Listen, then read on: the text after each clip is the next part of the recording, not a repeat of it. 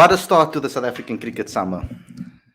Beating India is not an easy feat, and South Africa have done it quite convincingly. I would say quite a dominant performance from South Africa throughout this particular ODI series, and obviously backing it up with a um, unassailable 2-0 lead in the three-match series against India, beating them by 7 wickets in the second ODI. Excellent performance all around from majority of the guys. We will talk about it obviously in segments and break it up.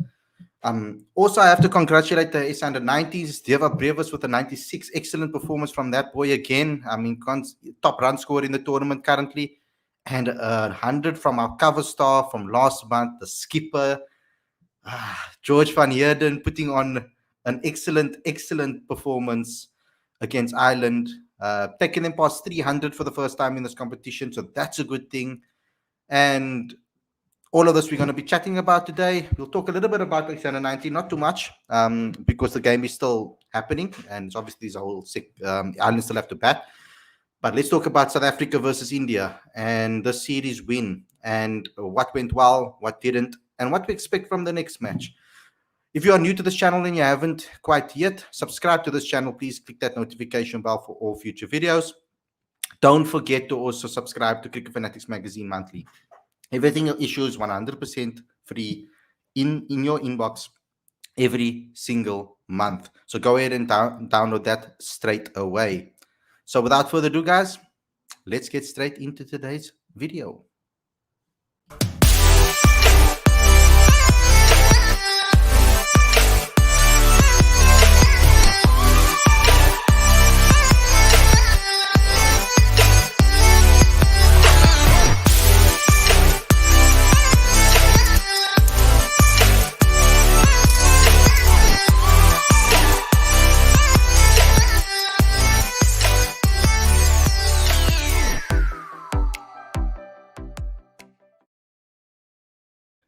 A very good evening and welcome to Cricket Fanatics Magazine. This is your review show. I'm your host Khalid, and this is my co-host Aditya. And today we will be discussing South Africa's victory over India to claim and clinch the series. It has been a very eye-opening series for myself as a South African cricket fan. I would say I'm very proud of the boys and the way they performed, particularly in these conditions on this pitch. For me personally, it was an excellent batting performance today. We saw an excellent opening partnership. When last have we seen something like this happen? And the rest of the batters also backing it up. Unfortunately, yes, Temba Bavuma not getting a half century or anything, but a good knock nonetheless. Aiden Markram not out on 37, Rassie van der Dussen not out on 37. And it was pretty much a great batting performance from South Africa. I enjoyed Janneman Malan, but it also made me alert of certain things, which we'll get into a little bit later when it comes to Janneman's batting, of course. And there are some little bit of kinks in the armor that we can speak about that people maybe can iron out. But overall, I can't really criticize too much because it's been an excellent performance in both matches. There are some things that I'm a little bit iffy about with regards to the ball, particularly Sasanda Magala in his opening over. I think that maybe the nerves got to him, maybe the match rhythm, lack of match rhythm.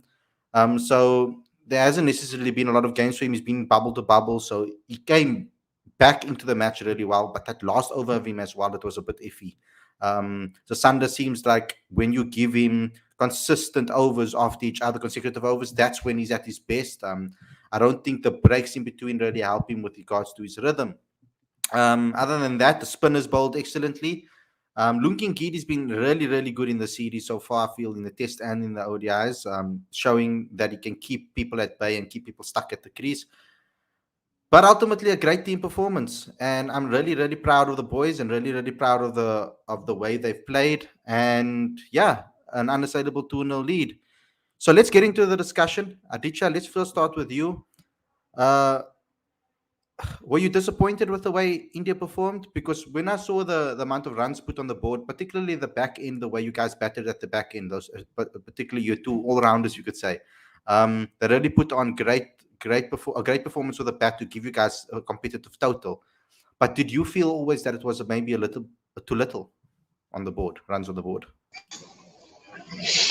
Well, congratulations to South Africa. Well-deserved series win and a comprehensive victory, two successive games. So no excuses there. I don't think India deserved to win at all. It was it was quite literally a disaster, and the only thing that India can perhaps reflect on is whether tactically they missed a trick or two with the ball. Because it was 287 enough given the way South Africa batted? No, but seeing that I think we were 207 for 5, then get to 287 was a good effort. But I still think that we're still quite undercooked, um, and it took a really special effort from Rishabh Pant to really propel the Indian innings to where it eventually ended. Um, I think over time there will be changes in team composition, as there should be.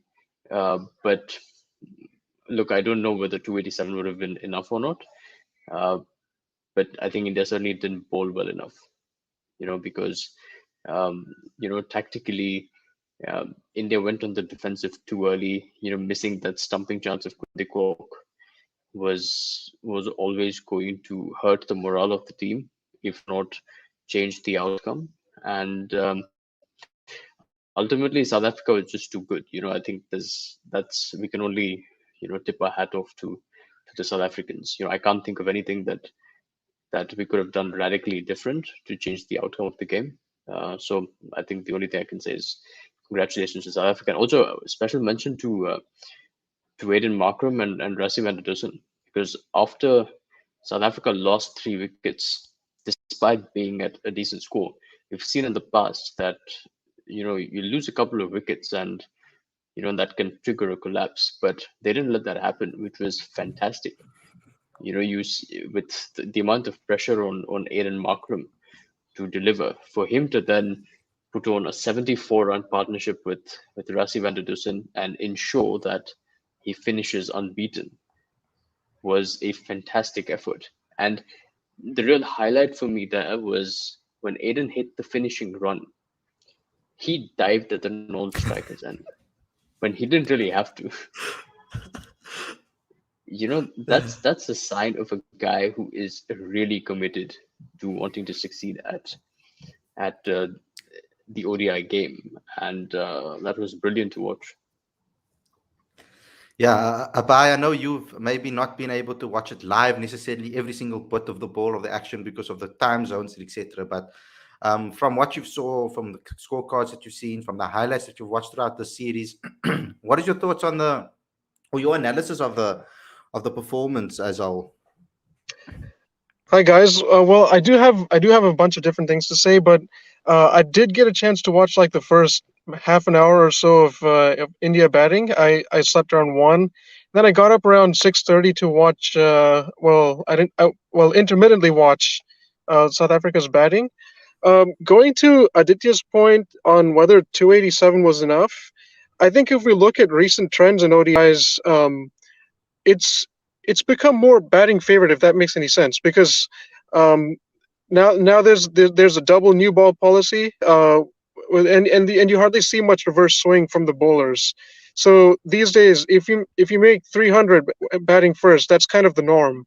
But then again, 287 isn't a bad score. If you have the bowlers, you'll be able to defend it without a whole lot of difficulty. But at the same time, I just want to say, Rassie van der Dussen, average of 76 in ODIs. You can't make this stuff up. It's it's it, it's unbelievable. And Okay. if we look at it, I think it's Ryan Tenduscata who averaged 67 in ODIs, and I think he batted like 25 or 26 innings, and Rassie's batted 25 times if I'm not mistaken, and now he's the current record holder. So that's a great That's a great sign to be a Proteas fan. Mm. Next up, And don't forget, Yana Marmalan's also averaging 74 as well mhm. in 12 matches. So Oh, two well, you just batters in took the the top words right from six. my mouth there. um, yeah, but all in all, I think even the skipper Temba Bavuma, he's been exceptional in both the tests and the ODIs. I mean, even though no South African made a century in the Test series, it's to be noted that it took multiple individual contributions. It was a true team effort with the bat to take down the best Test team in the world. I Mm. tend to digress, but let's go back to the to today's game. I know the bowling was a little bit shaky, especially Magala, but let's focus on the positives. We can worry about the areas of concern for some other time. That discussion we can save it for a rainy day. Yeah, I want to particularly, Aditya, talk about the fact that South Africa this time around lost the toss and were put into to bowl first. And to see them chase on this wicket, it's probably one of the most difficult wickets to chase on. It's been consistently that throughout the MSL as well. So for them to pull off a chase against India, I think what I liked the most about it was the approach. They batted. You were talking. We talk about attacking smart brand of cricket that South Africa wanted to play. Today they played really smart cricket with a bat. It's something that I really picked up on the way they approached their batting. They knew what the runs per over or the what the run rate was supposed to be, and the fact that they kind of, if they went through an over that was kind of quiet, they would make up for it in the next over, or they would put themselves ahead consistently. So I saw one over particularly when they hit 10 off the over. They needed 5 at the time. They hit 10 off the one over. They got 10 or 12 runs off the one over, and then they knew that for the next over there wasn't a lot of pressure on them, so they could run between the wickets and keep the run sticking over. It gave them almost a head start. So they were in front of it all the time. They were just ahead of the run rating continuously. And what I liked about it is the approach, because they knew, oh, maybe this rotate the strike, hit a boundary, get one boundary per over, and be good. And they never tried too many risky shots that would get them out easily, which I was hoping that which some people might have been a little bit scared about, because South Africa have been under pressure to play this attacking brand of cricket, an exciting brand of cricket. But today they showed they can play exciting brand of cricket by still being smart about it and going about it in a smart way. Because Quinton de Kock's innings was just magnificent. I love the way he carried himself. Janneman knew that he maybe didn't need to play the normal way he would normally play this attacking brand of cricket. He could be the kind of support to Quinton de Kock at the other end.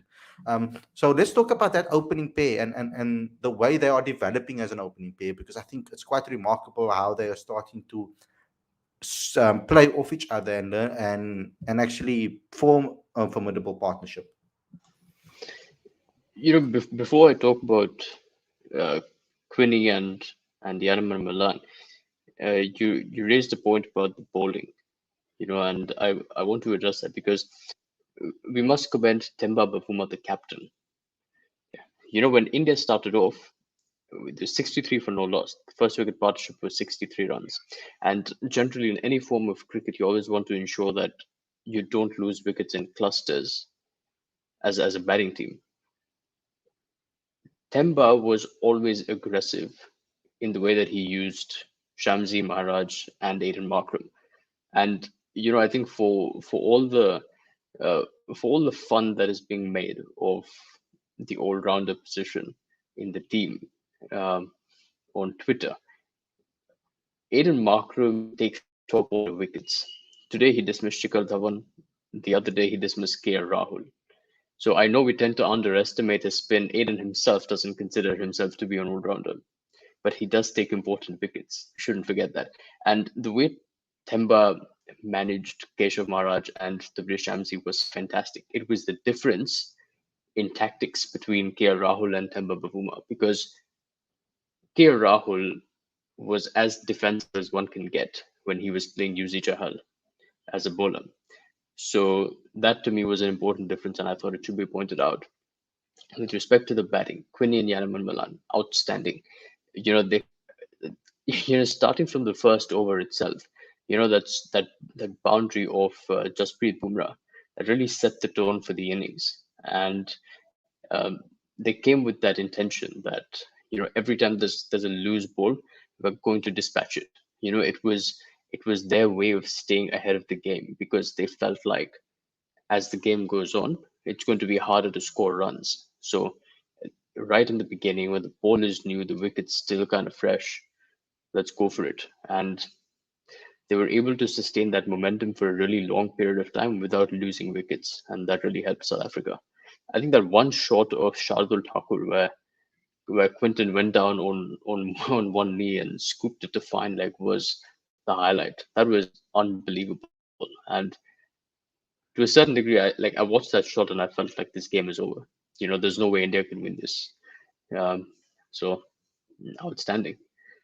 And may this partnership grow from strength to strength. I think if there's one thing that Quinny and Yanaman probably need to aim from here on is more consistency. They do this more often, and they're going to be world beaters. Abai, as well, what I want to add is amongst all the off the field noise that has been happening and the politics and everything, this team has remained strong. And I have to obviously talk about particularly Temba Bavuma's captaincy when it comes to that, how he's kept the team together, because he definitely kept this team together, and it's been excellent for this, and I'm actually a little bit sad about the fact that there's not more guys on this panel coming to talk to us as well, because normally we have a full panel when it comes, and celebrating a series win against India would have been a good one. I have sent the link out to everybody, but it is what it is.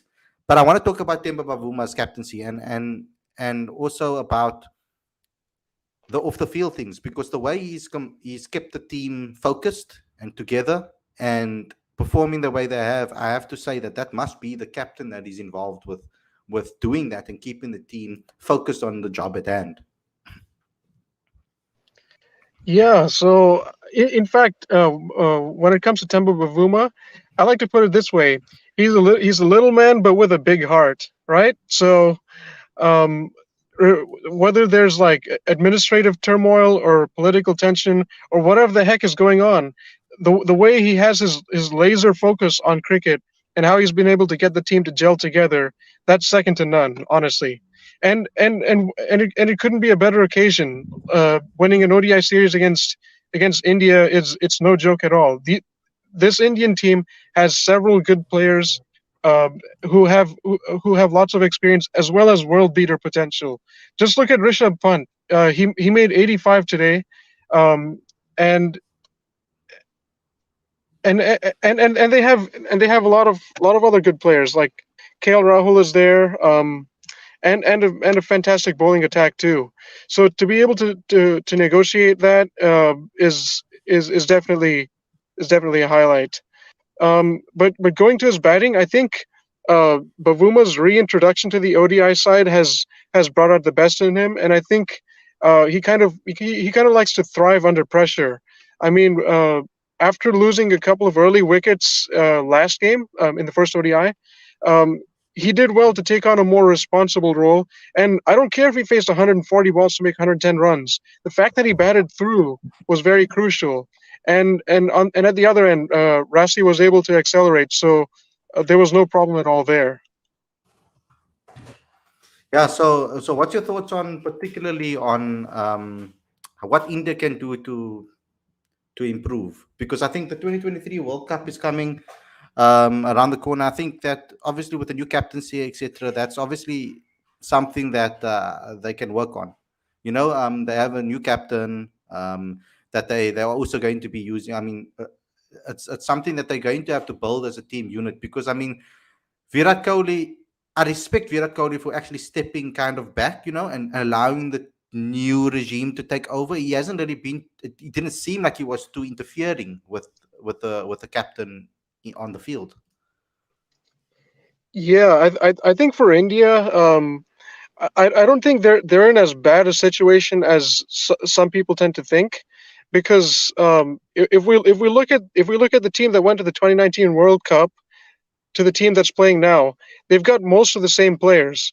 I think. I think Virat Kohli stepping down from captaincy. It's a bit of a temporary issue, and you'd expect a team of this strength to get their act together in a much shorter time. I feel when it comes to Kohli, this whole little shakeup is, I guess it's kind of interfering with his confidence. He didn't really seem to be, I guess, enjoying his cricket. Although I'm happy to be corrected there.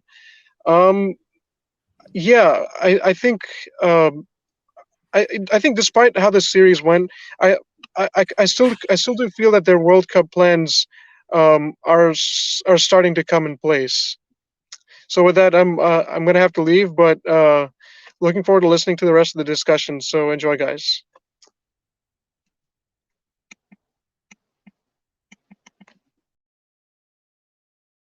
Richard, you want to weigh in on that? I mean, am I maybe just reading a little bit too much into it with regards to an Indian perspective? Because it does look like, I wouldn't say transition from a player's perspective, but definitely transition from a leadership perspective.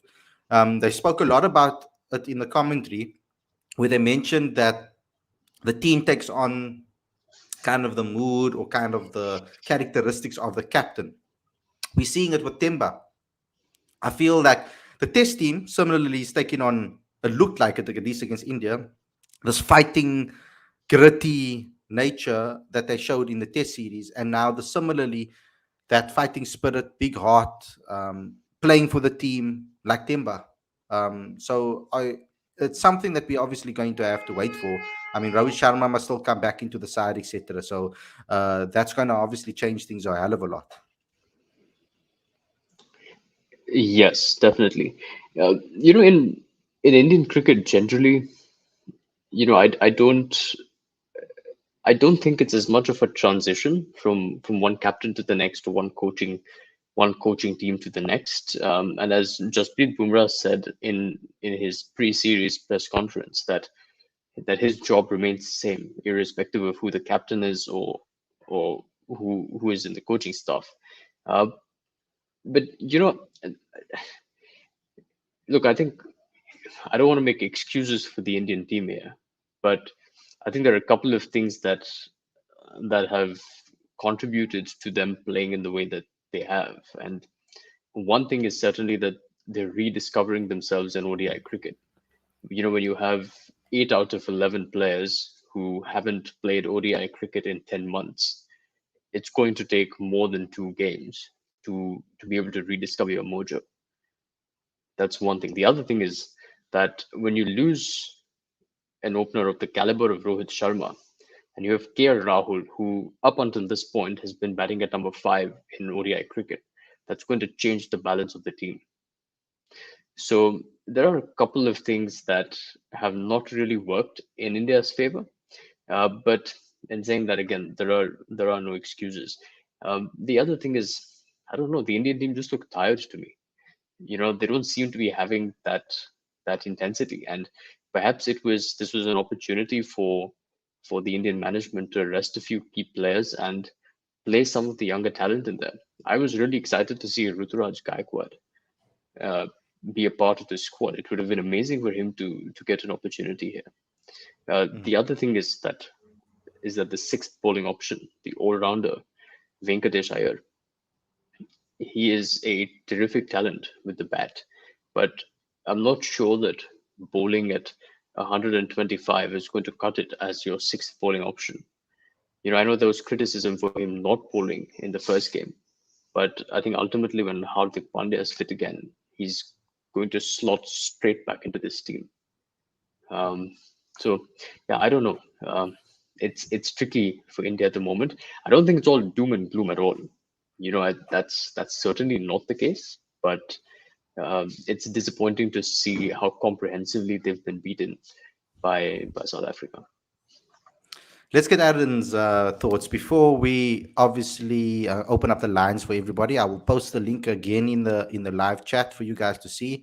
You guys, this is the fan calling show, so you guys can have an opportunity to call in. But Aaron, let's get your thoughts, man. You must be happy about South Africa. Well, you know me, I'm a bit of a neutral when it comes to this series because I started out watching cricket with the IPL, so I've always got that massive respect for Indian cricket as well, but I know that Khalid, yourself, all the South Africa fans out there must be absolutely delighted, as if the Test series victory wasn't enough to secure the ODI series with a game to spare is absolutely phenomenal. Considering as well everything that's going on at the moment in South African cricket, all of the outside and external factors going on off the pitch, the way in which they have just gelled together as a unit, there's this great team chemistry on the pitch. Fair play to the Proteas. I think they've been absolutely superb across formats against India. I've noticed as well in the chat, a lot of people saying John Smuts' name. I'm just going to put it out there. He's class. And yes, obviously a big fan of Lord John. John's so good, they had to name him twice, as they say in South Africa. But in terms of the performance today, we have to give special mention, and I'm guessing you two already have, to Yanaman Malan. This guy just oozes class, doesn't he? He's an absolute delight to watch. Imperious at the top, get South Africa off to these quick starts. He really was outstanding today. So just wanted to mention him.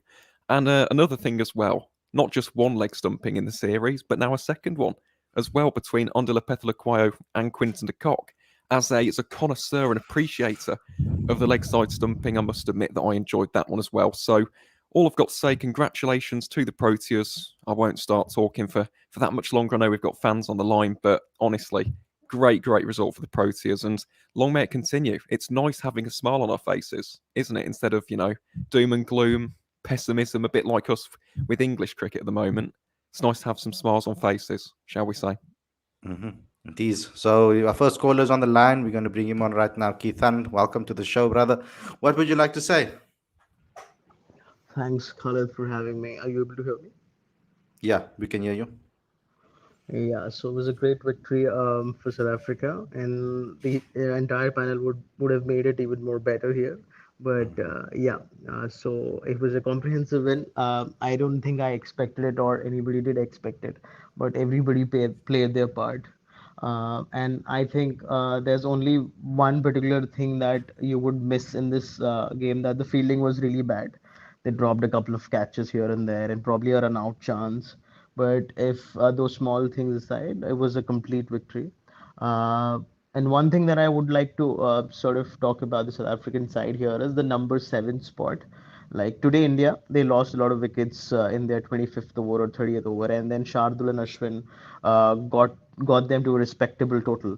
But I do not know if South Africa were batting first and they lost so many wickets, if their number seven and number eight could have gotten them to that total.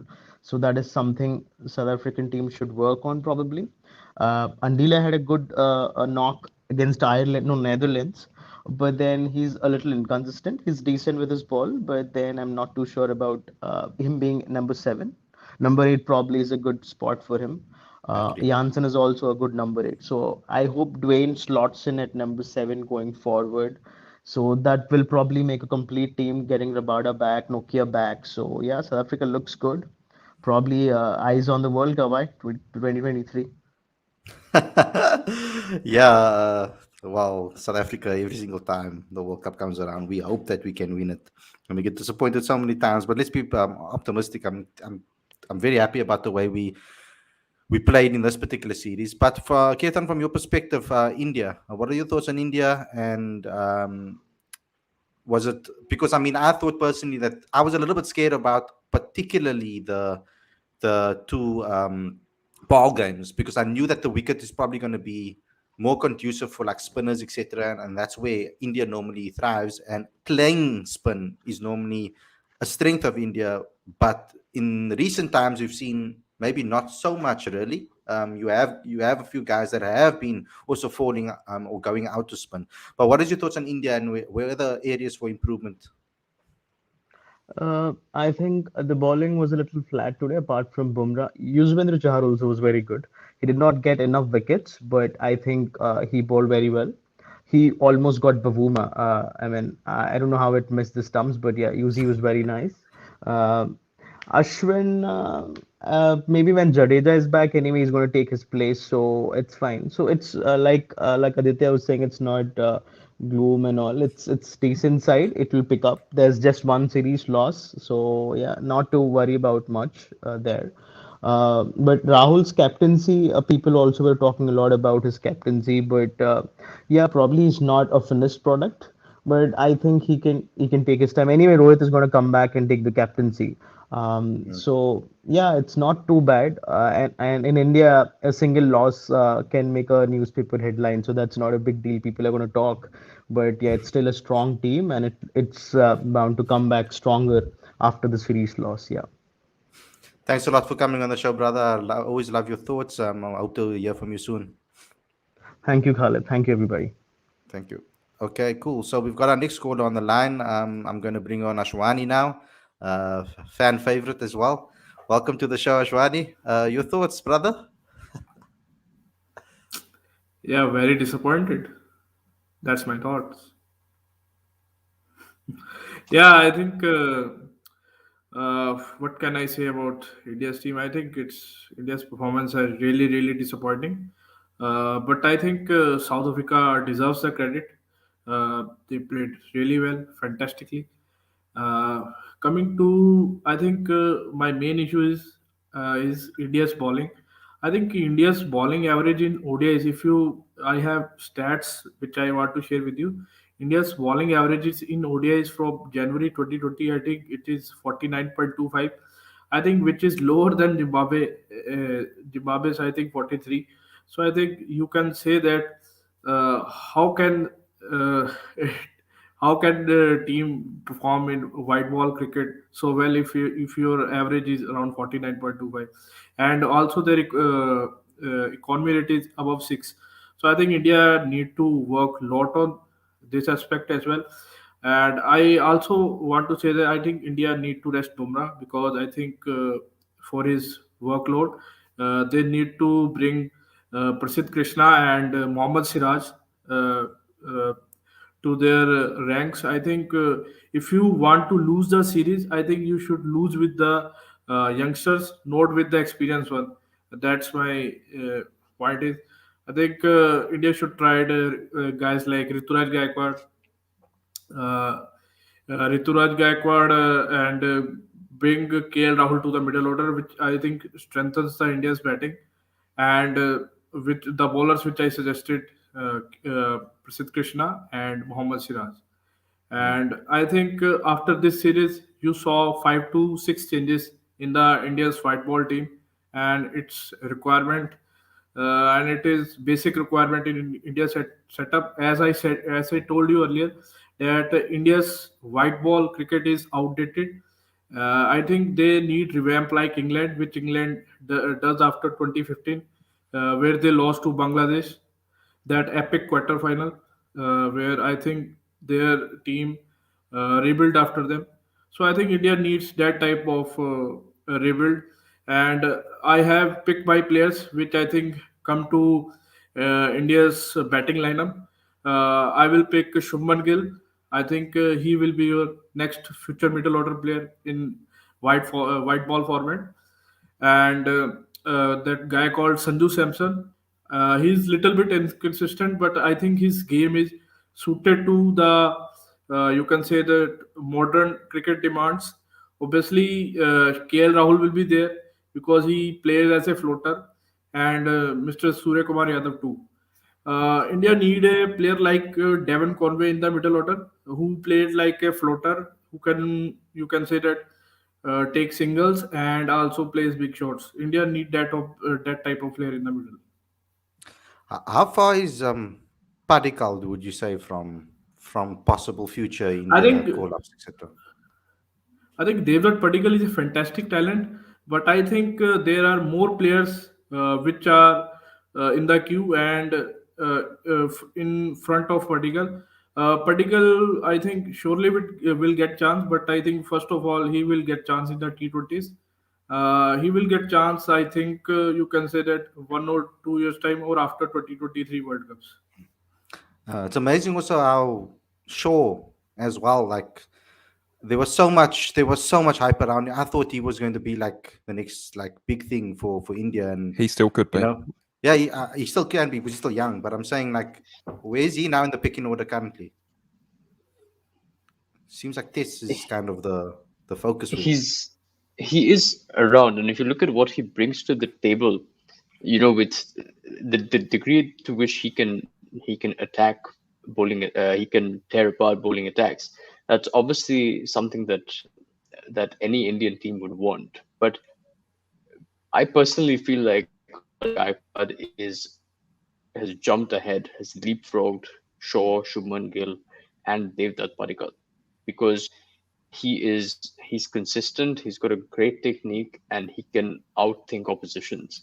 He's got a very good cricket brain, which I think sets him apart from these guys. And if you look at what he's done in the Vijay Hazare Trophy recently, as captain of the team too, that certainly gives him an edge over these players. And not to mention, India does have captaincy issue post Rohit Sharma, because they've named KL Rahul as captain, but what we've seen so far in 2 seasons of captaincy for Punjab, as well as the Test in South Africa and this series, he hasn't been particularly inspiring as captain. And you've got Shreyas Iyer, who is certainly captaincy material and has got captaincy ambitions, and you have Ruturaj Gaikwad, who I think is the dark horse among all of these individuals. And not to mention, he's getting training under the great Mahendra Singh Dhoni. You can never underestimate an individual who is under who is under the master's supervision.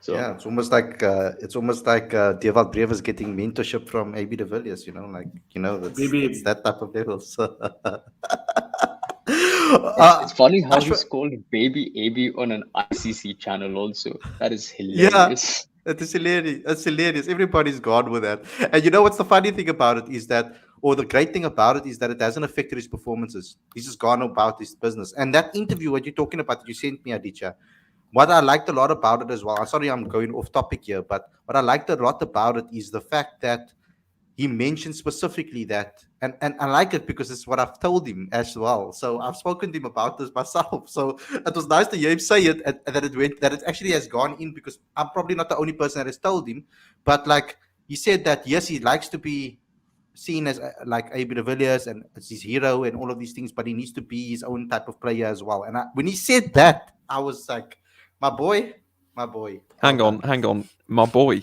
are you going to take credit for Devolt? No, Is I'm that not what's taking. happening? I specifically said that not only me probably said it, someone else must have said it to him as well, or mentioned it to him too. But I know, but the evidence is there. I spoke to him about. We spoke to him about Raya Dicha. We said specifically, you need to be your own player, etc. Maybe not AB and all of those type of things. But that's another conversation for a little later. Ashwani, I want to get your thoughts though on South Africa before you go.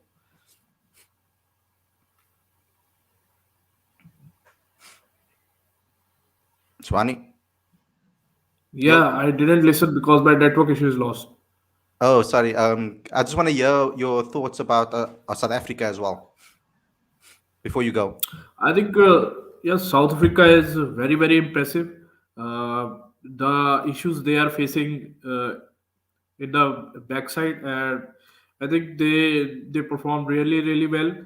One thing which I also mentioned about South Africa, that I think South Africa's bowling attack is bit mediocre. I think India should take advantage of this.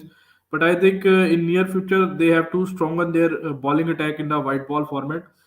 They have to strengthen their death bowling, which I think it's little bit light I think after the arrival of KG and Noke, they will sort out that department. But I think South Africa need to little bit tighten their bowling. Their batting, I think in batting department, they have to sort out the all-rounder role. I think Philippa is really good talent, but I think I want to see Dwayne Pretorius in the third ODI, because these wickets will suit him, because he's a type of bowler who ball wicket to wicket.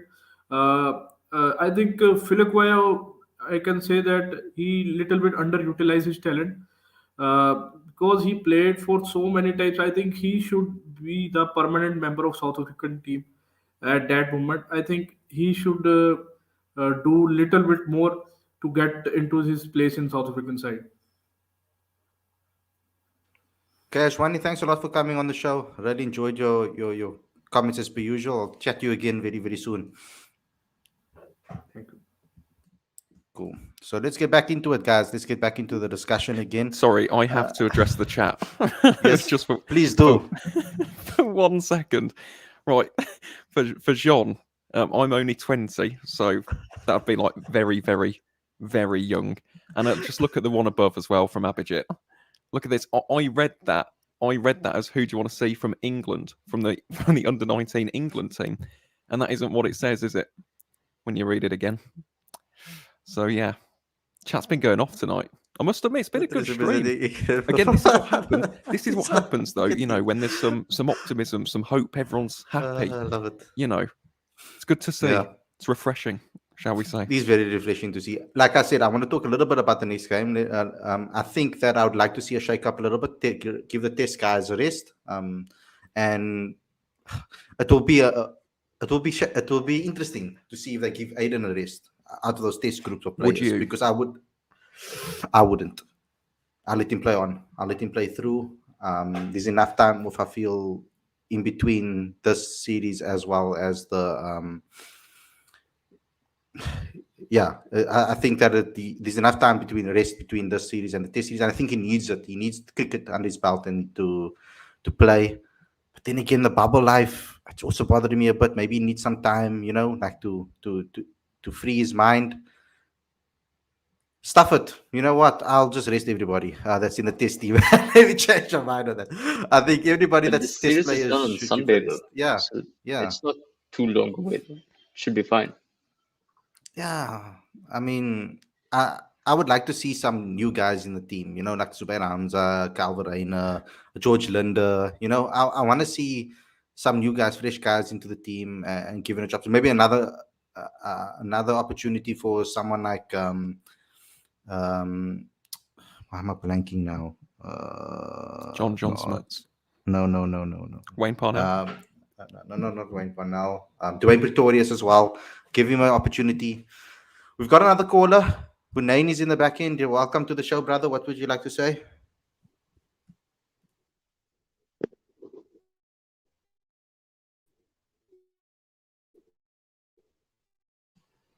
Hunain? Hello? Hello, Assalamualaikum. I can't hear you properly, bro.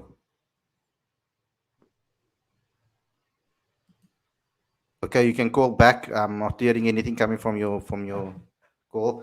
What's your thoughts on that? Aditya, you're gonna just say we play a full team. Aaron, what do you guys think about the third ODI? Do you just play everybody and keep the same team, keep consistency? I wouldn't mind seeing Pretorius in there. I think that'd be, the big one for me. In terms of the rest, I'll just, it's an interesting one because, as Aditya said, it's not that long a turnaround, is it? If it was like 3-4 days, I'd be in favour of, basically a factory reset and just giving a load of fresh faces a go. I think they'll make a couple of changes. I think they'll keep Markram, though, because if anything, he needs some rhythm, he needs some confidence. It doesn't matter if he gets out for a low score, but if he gets a high score in that third ODI, it could be the kickstart, it could be the catalyst for him to go on and find some rhythm again. So that's just my thoughts. Aditya, do you agree, disagree? Would you like John Smuts back as well? I don't know if he's in the bubble, but if there was ever I'll get an him in there. opportunity, I will pay for his fees. John Travis Smuts should be in there.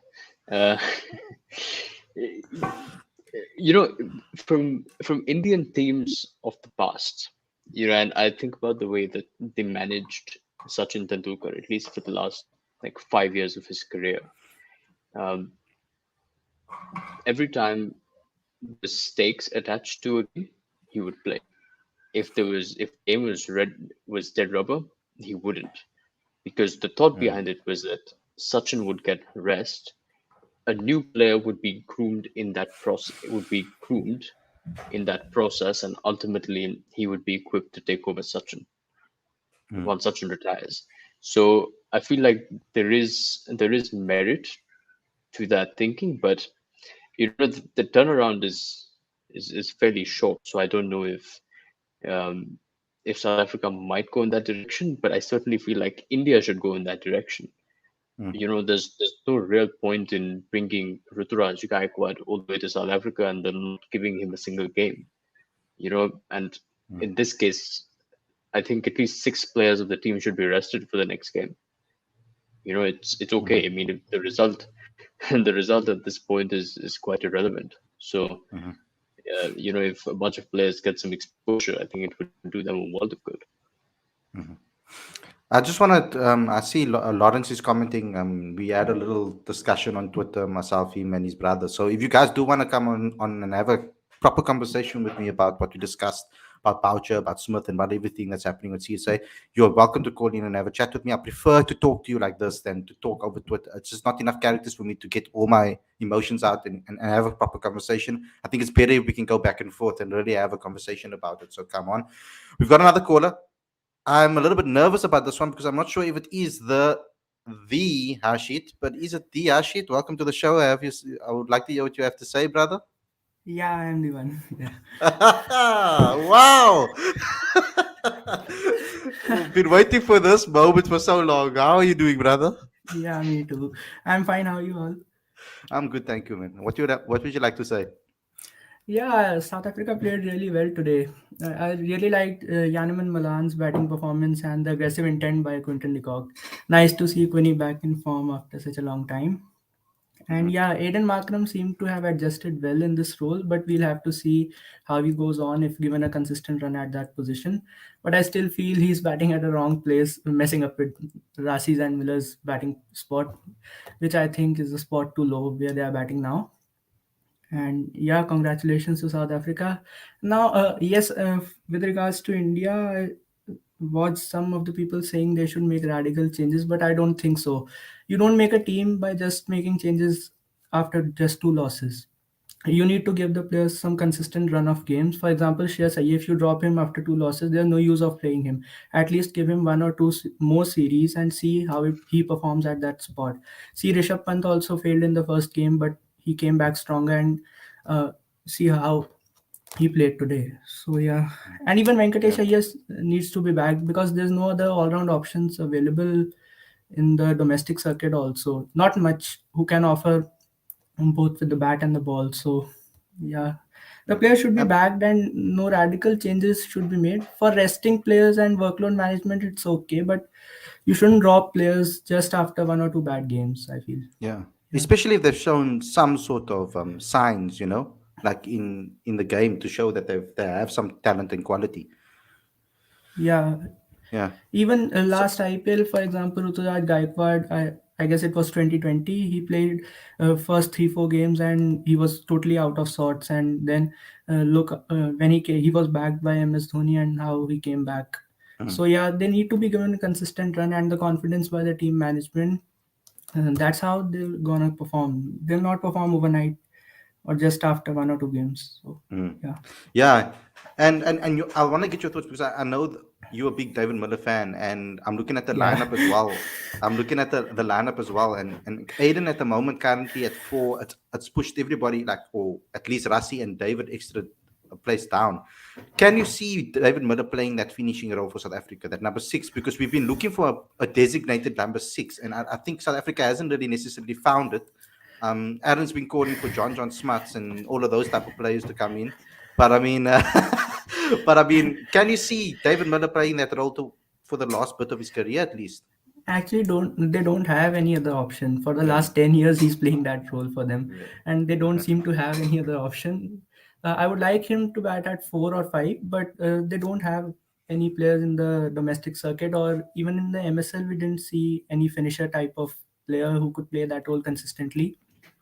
So yeah, yeah, I, but I would like to. I would like him to bat at five, not at yeah. six. I'm not able to see him bat in the first two matches now. Yeah, yeah, yeah. Thanks a lot for coming on. I really appreciate the call. Please do it again. I really enjoy speaking to you. Yeah, I'll do. Yeah, Thank yeah, you. same. See you. Bye. Okay. Bye. Okay, we've got another caller, Unain. We're going to try again with Unain. Unain, welcome to the show. What would you like to say, brother?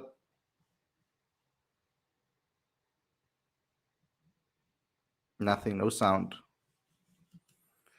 No sound. No sound.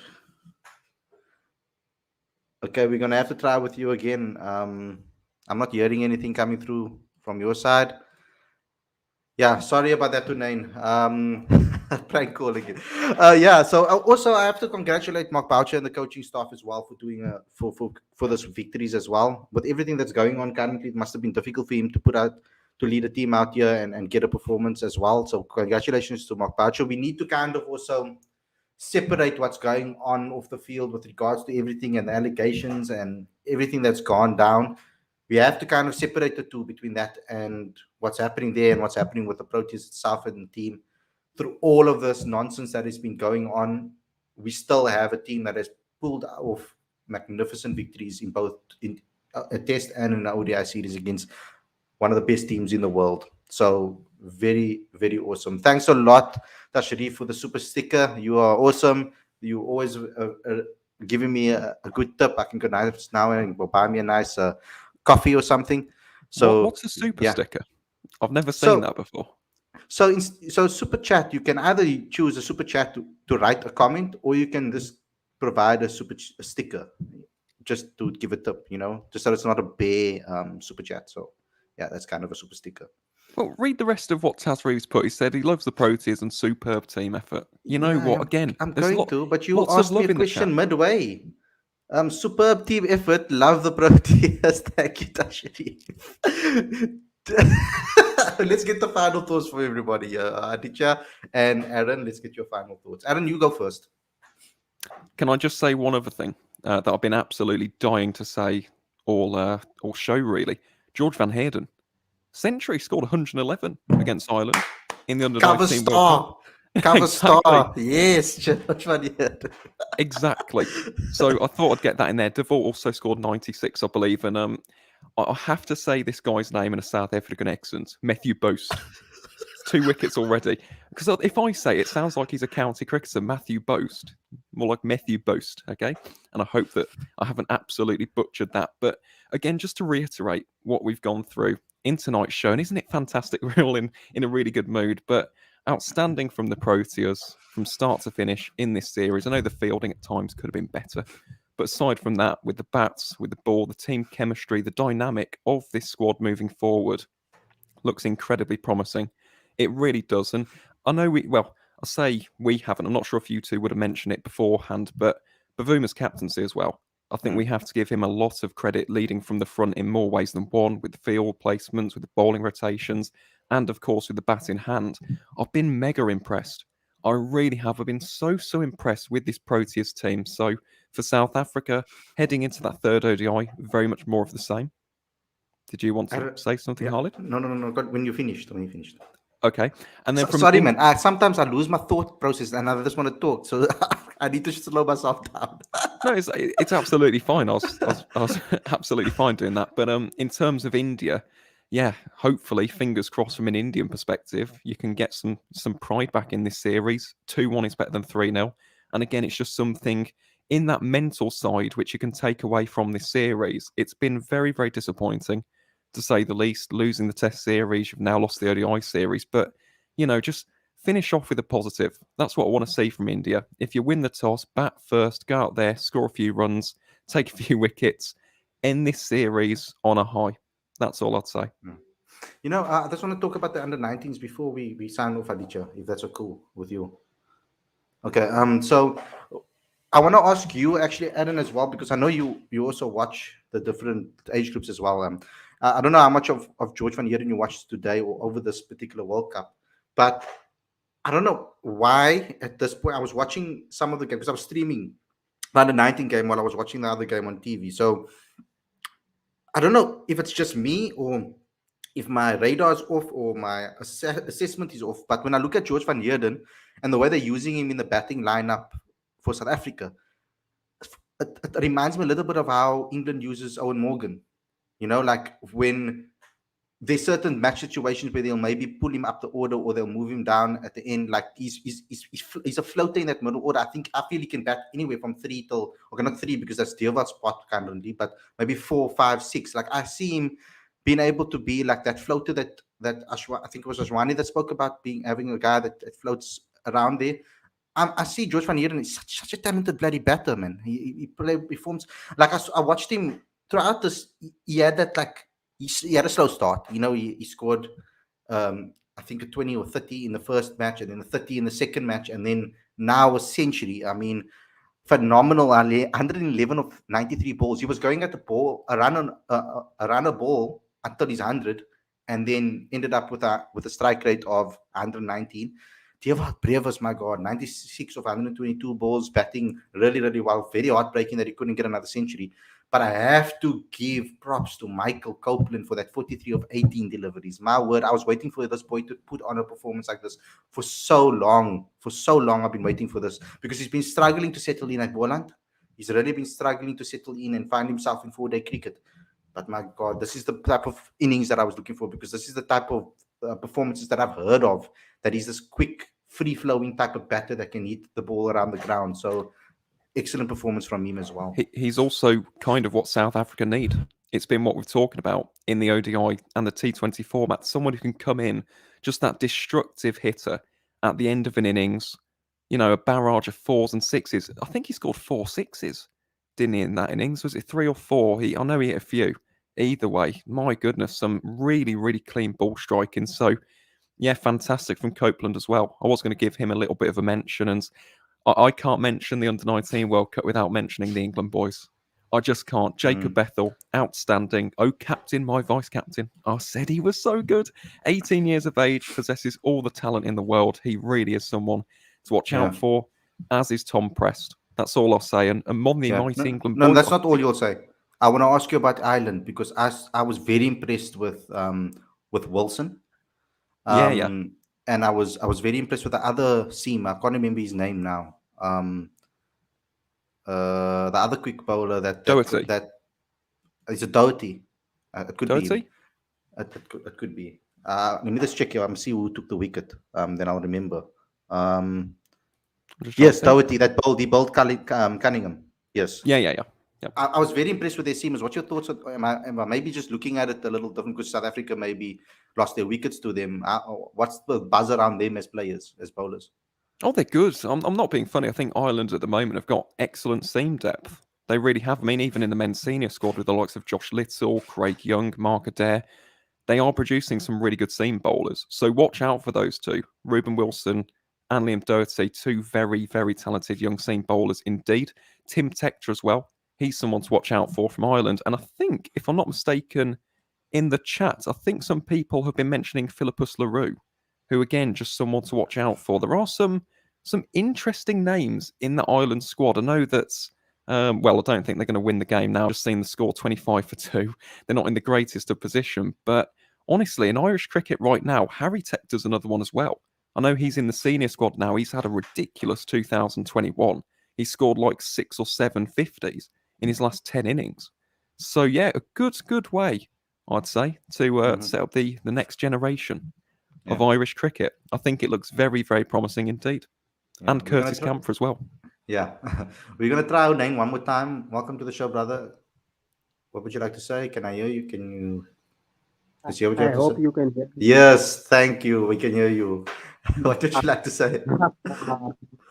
Assalamualaikum. First of all, I want to congratulate all of South Africans, everyone involved, the Mark Boucher, the team, Graham Smith, everyone. I saw the tweet from Graham Smith. He was pretty proud, and I think it's well done to Graham Smith and Mark Boucher, and very poor from Cricket South Africa to put Mark Boucher on the line at the moment and during the ODI series.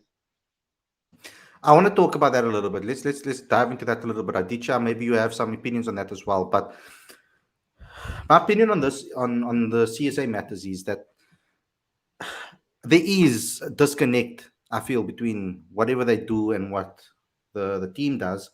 It is quite weird timing with regards to when they released the release. But I think where the main issues happened over here was not necessarily, I feel, the press release. I feel it's the mistake that is now out in the open now. It's been said all over social media.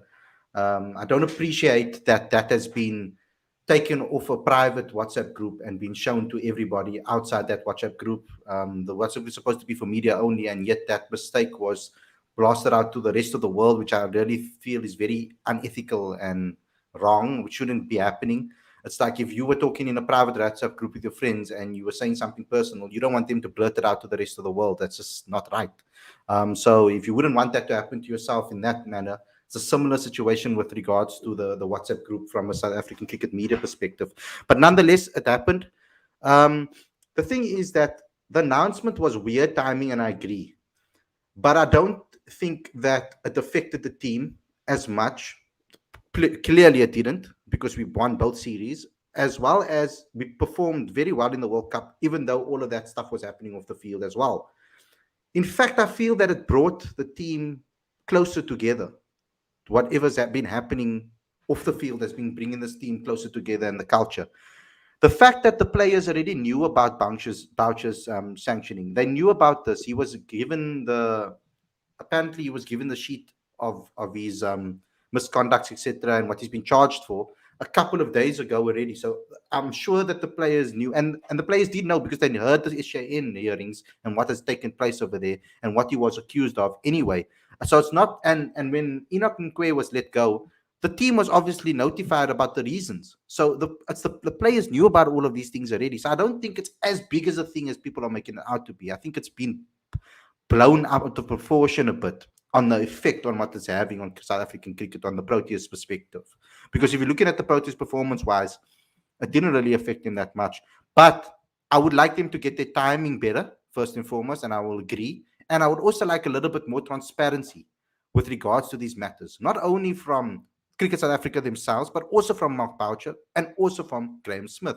I'll give you a good example. When Temba Bavuma was going through what he was going through on social media, it is disgusting. He scored 100 at won us.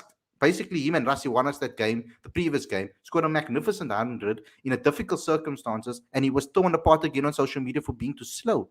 And people were really digging into him on Facebook, on Twitter, on Instagram. It doesn't matter what social media platform, people were tearing into him. And people have been tearing into Temba ever since he was elected captain, even before he was selected as captain.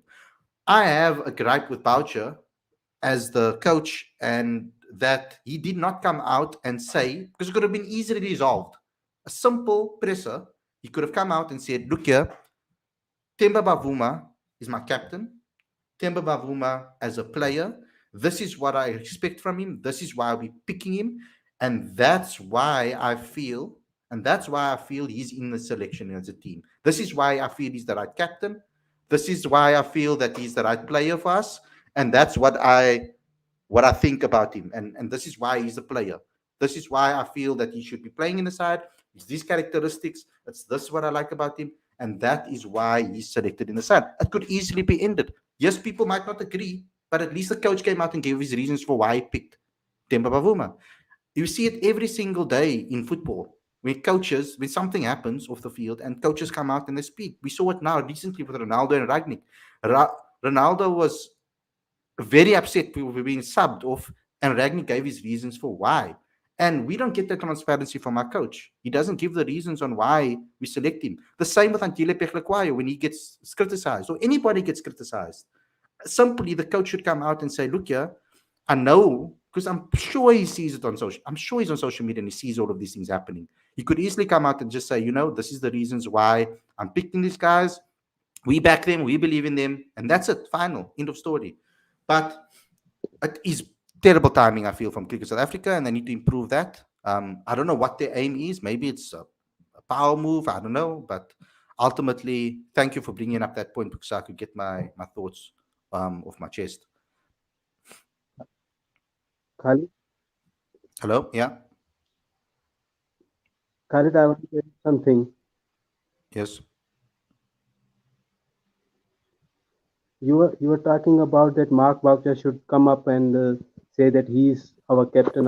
He's the captain I choose. But the question is, was Mark Boucher involved in the selection of Temba Bavuma as a captain? Of course he was. Of course he was Was it involved with. his decision? I don't think so. I think it's Of Victor course. Graham's decision to appoint Temba. Okay, whoa. So we need to understand the structures within a team dynamic. So the DOC is a new role that has been appointed in South Africa. It's never happened really before where we've had a DOC the way this DOC is operating in.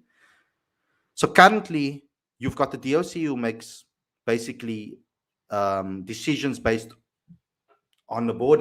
You would say between the board and the team, and he makes sure that all the procedural things are taken care of and all the admin is taken care of. You've got your selector, which is Victor Impensang, who selects the squad. But your captain is picked by your coach. He will select the captain and who should be the captain of the team. If Boucher felt that things were forced on him, I don't think he'd still be the coach of South Africa. I think that Boucher has a lot more control over this team than we realize, than we think. And I do believe that there needs to be a split between the two. I think the decisions that the selector should make and the decisions that the coach should make should be separated. I feel that Victor should speak about the squad and say, this is why I've selected this squad. It's for X, Y, and Z. Maybe he wants to give some players of color opportunity, whatever the reasons is. But when it comes to that 11, that's all on Mark Boucher. The selector will give his input, but Boucher makes the final decision when it comes to that 11. I don't see it working any other way, plus the captain also deciding.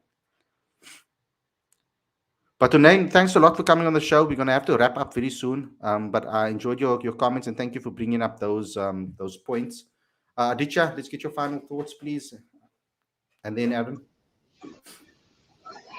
Well, South Africa should be incredibly proud of what they've achieved in the Test series and the One Day series. And it's many steps in the right direction. And long may it continue. Temba Bavuma's captaincy has been outstanding. The batting has been top notch, and the bowling has punched above its weight too. And it will only be strengthened with the return of KG and Andrik. Um, so these are great signs going forward for the Indian team. It's a good Indian team that has played poorly. Let's not call this a bad Indian team. There is plenty of quality in there, and they will be back.